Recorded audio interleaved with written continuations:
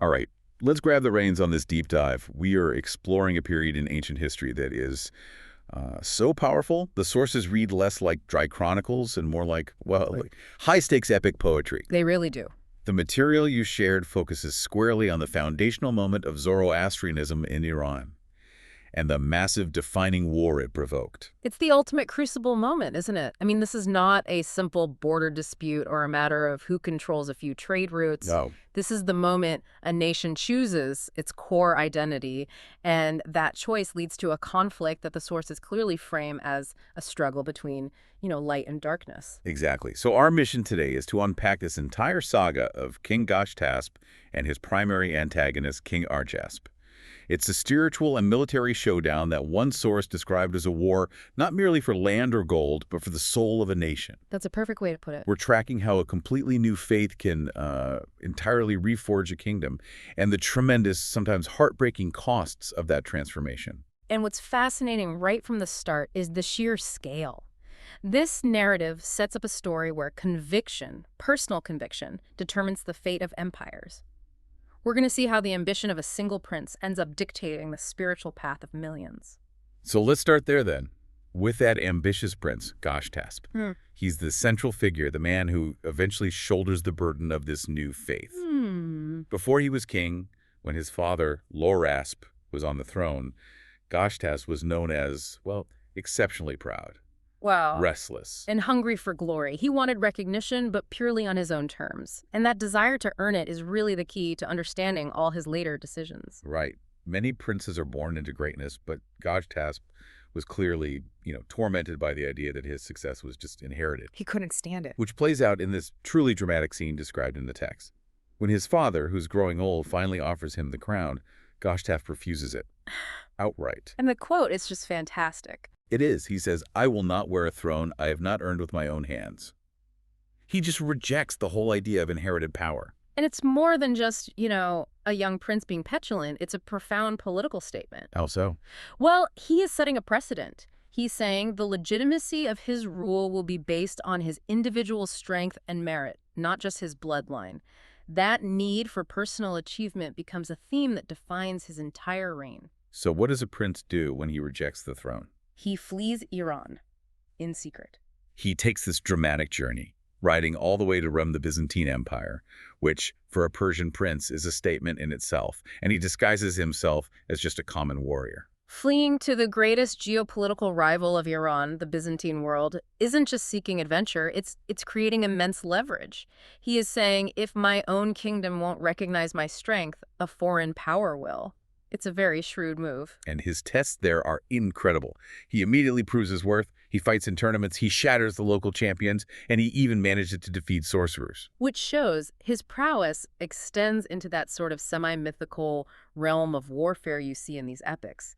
This is where the narrative shifts from just political maneuvering to, foundational legend. He isn't just proving he's a good soldier. He's proving he has heroic, maybe even divinely favored, strength. Exactly. And that strength is what attracts the pivotal figure of Katayun, the Caesar's daughter.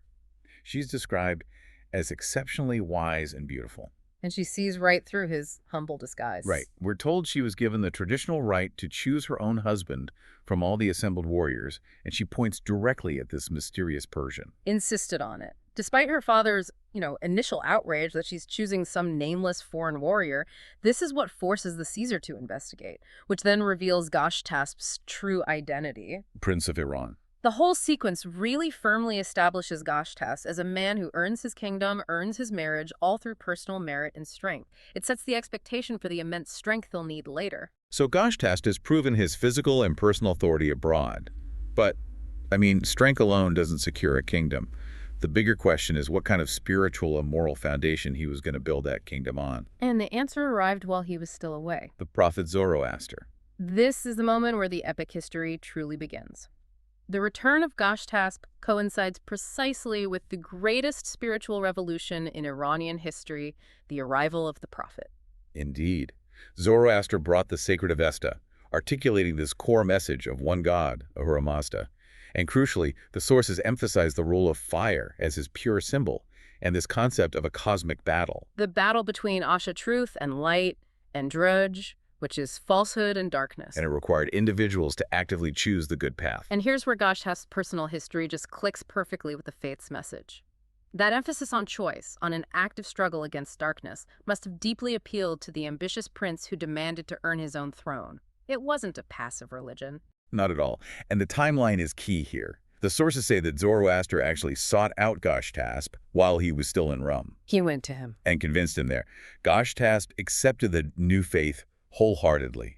He saw it as the spiritual framework for the glory he craved. Just think about the political ramifications of that. When he returns, he isn't just claiming a throne. He's importing a complete spiritual and political manifesto for the entire nation. His father steps aside, Gushtasp is crowned, and he immediately establishes Zoroastrianism as the state religion. He commands the rise of fire temples and decrees that everyone must follow the path of truth. It was a rapid top-down transformation, wasn't it? It instantly created powerful enemies, both inside the kingdom. Right. We hear of old priests who resisted. And most critically, outside. A kingdom consolidated under a single rigorous faith becomes far more dangerous to its neighbors. And that political volatility instantly draws the attention of the primary antagonist, the man tasked with defending the old order. King Arjasp. Arjasp ruled Turan and Kutan, far to the east, and the sources go to great lengths to establish him as a fierce, direct descendant of Tur. The ancient nomadic enemy of Iran. This wasn't just a new rivalry. This was a deep, centuries-long, generational conflict finally boiling over because of religion. Right. Iran, under Gushtasp, represented a settled, agricultural, and centrally organized culture. Whereas Turan represented the powerful, often decentralized nomadic cultures of the north and east, Arjasp and his people clung to the old gods because they represented their ancestral ways, tied to their history of independence. So Arjasp's fear wasn't just theological. It was deeply pragmatic.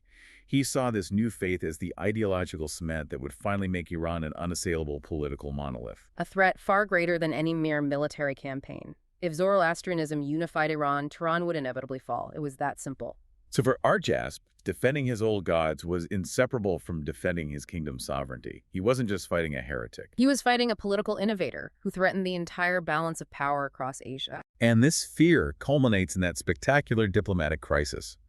Arjasp sends what the sources call a haughty letter to Gushtasp. It wasn't diplomatic at all. It was an ultimatum, brutal and direct. Abandon this new religion, drive out Zoroaster, or Arjasp would march with an army greater than the sands and utterly destroy Iran. It's a moment of profound clarity in the epic. It forces Gushtasp, the ambitious prince turned religious king, to choose temporal peace or spiritual conviction.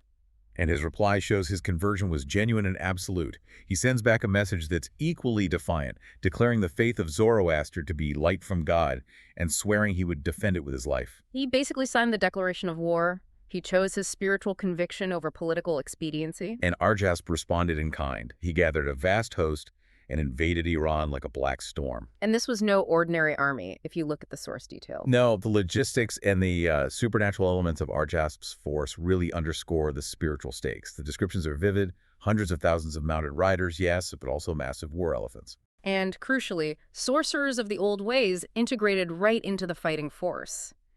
This was truly framed as a war between the forces of Asha and the power of Druj. And this spiritual confrontation needed a champion of equal, almost superhuman caliber. Which turns our attention to the heroic figure tasked with defending this new light. Isfandiar, Gushtasp's son, the invincible warrior. A character that really embodies the tension between divine favor and human vulnerability. The sources say he was impervious to all weapons. No blade could pierce his body. But there was one critical weakness, a single vulnerability that, well, it foreshadows the complex relationship between him and his father. His eyes. His eyes. It's so symbolic. His physical body is divinely protected, reflecting the righteousness of the cause, but the source of perception and judgment, the eyes, remains mortal. It suggests that even the greatest hero is susceptible to deception. Or flawed vision. That initial campaign sees Isfandiar at the absolute height of his power. The first great battle rages on the open plains, and the hero just dominates. He wields his mighty mace, shatters the Turanian lines, slays thousands. He's described as an unstoppable, singular force of nature. He's demonstrating the military might that this new Zoroastrian kingdom can wield. But Arjasp, realizing pure force is useless against Esfandiar, shifts to his own strength. Cunning. Deception. Which speaks directly to the nature of Druj, the cosmic deception. And here is the truly tragic twist. Arjasp implements this sophisticated deception. He sends a spy disguised as his own sister, who pleads for rescue from the violence of the war. And Esfandiar, maybe showing that fatal flaw of overconfidence or, misplaced chivalry, takes her back to his tent. That night, the betrayal is completed. The spy, using enchanted ropes or spells, binds the invincible prince. For all his strength, he's taken captive, carried in chains back to Turan. His physical invincibility meant nothing against treachery. Gushtasp is devastated. He mourns the loss of his greatest hero, but immediately has to raise a greater army, this time led by his loyal brother, Zoroaster. And the second phase of the war is described as even bloodier, a true test of the nation's spiritual stamina. Zoroaster's sacrifice is pivotal. He meets Bidorf, Arjasp's son, in a brutal single combat that serves as a proxy for the entire war. Both champions fall. The cost of defending the faith is now etched into the royal line itself. Zara's death is a profound military and emotional blow to Gushtasp. The narrative then takes a turn back to the miraculous. Esfandiar, still the invincible hero, manages to escape his enchanted bonds. Whether through his own strength or a sudden burst of divine aid, the sources vary. But he returns to the field of battle, a raging force seeking vengeance. And the stage is set for the final confrontation. Esfandiar doesn't just fight the remnants of the army, he seeks out Arjasp himself. This is the moment where the epic demands the spiritual enemy be defeated by the righteous champion. And the final blow is decisive. Esfandiar's mighty mace connects, unhorsing and ultimately slaying Arjasp, who led the forces of the old ways. With their king dead, the Turanian host finally breaks and flees, utterly routed. Turan stands victorious, and this victory is definitive. Gushtasp, having survived betrayal, loss, and immense warfare, is finally able to cement his reign. The faith of Zoroaster is established as the absolute law of the land. Fire temples are constructed. And the path of Asha prevails. As the great poets summarize this defining moment, truth prevailed and falsehood crumbled. The name of Zoroaster endures forever. The kingdom had been fundamentally redefined, its national purpose secured by military might and spiritual conviction. And if you connect this victory back to Gushtasp's initial ambition, you see this fascinating cycle. He refused the crown because he wanted to earn it through action. Right. He earned it by embracing a radical new faith, and then he earned the right to maintain it through total, devastating warfare. The personal ambition of the prince drove the spiritual destiny of the entire nation. That was truly a deep dive into an epic that established not just a dynasty, but a centuries-long defining faith. We saw that victory was won through immense personal, costly sacrifice, Esfandiar's capture, And Gushtasp's own deep commitment. The story of Gushtasp and Arjasp is a foundational epic showing how religious conviction became inseparable from national identity and military might.